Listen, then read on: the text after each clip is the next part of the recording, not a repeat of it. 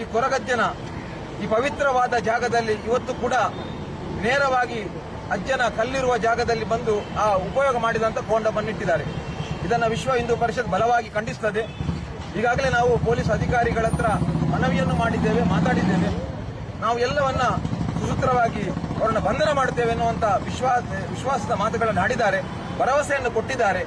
ನಮ್ಮ ಇವತ್ತು ಜಿಲ್ಲಾಡಳಿತ ಹಾಗೆ ನಮ್ಮ ಪೊಲೀಸ್ ಇಲಾಖೆಯಲ್ಲಿ ಮನವಿ, ತುಂಬಾ ಕಡೆಯಲ್ಲಿ ಇದೇ ರೀತಿಯಾಗಿ ಕೊರಗಜ್ಜೆ ಇರಬಹುದು, ಬೇರೆ ಬೇರೆ ಧಾರ್ಮಿಕ ಕ್ಷೇತ್ರದಲ್ಲಿ ಇದೇ ರೀತಿಯಾದಂಥ ಈ ಹಿಂದೂ ಧಾರ್ಮಿಕ ಕ್ಷೇತ್ರದ ಮೇಲೆ ನಮ್ಮ ನಂಬಿಕೆಯ ಮೇಲೆ ಹೊಡೆತ ಬೀಳುವಂತ ಕೆಲಸಗಳು ಆಗ್ತಾ ಇದೆ.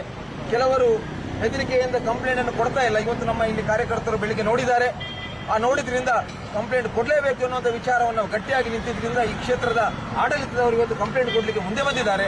ಹಾಗಾಗಿ ಇಡೀ ಹಿಂದೂ ಸಮಾಜದಲ್ಲಿ ನಾವು ಮನವಿ ಮಾಡುದು, ಎಲ್ಲಿಯಾದರೂ ಇಂಥ ಕೃತ್ಯಗಳು ನಡೆದಿದ್ರೆ ನೀವು ದಯವಿಟ್ಟು ವಿಶ್ವ ಹಿಂದೂ ಪರಿಷತ್ ನಿಮ್ಮೊಂದಿಗಿದೆ, ನಮಗೆ ಆ ವಿಚಾರವನ್ನು ತಿಳಿಸಿ. ಈ ಹೋರಾಟದಲ್ಲಿ ನಿರಂತರವಾಗಿ ನಾವಿದ್ದೇವೆ. ನಮಗೆ ನ್ಯಾಯ ಸಿಕ್ಕುವವರೆಗೆ ವಿಶ್ವ ಹಿಂದೂ ಪರಿಷತ್ ಹೋರಾಟ ಮಾಡುತ್ತದೆ. ಇದನ್ನು ಖಂಡಿತವಾಗಿ ವಿಶ್ವ ಹಿಂದೂ ಪರಿಷತ್ ಖಂಡಿಸುತ್ತದೆ ಮತ್ತು ಇದಕ್ಕೆ ಆದಷ್ಟು ಬೇಗ ಇವರನ್ನ ಬಂಧಿಸಬೇಕಂತ ಮನವಿಯನ್ನು ಮಾಡುತ್ತೇವೆ.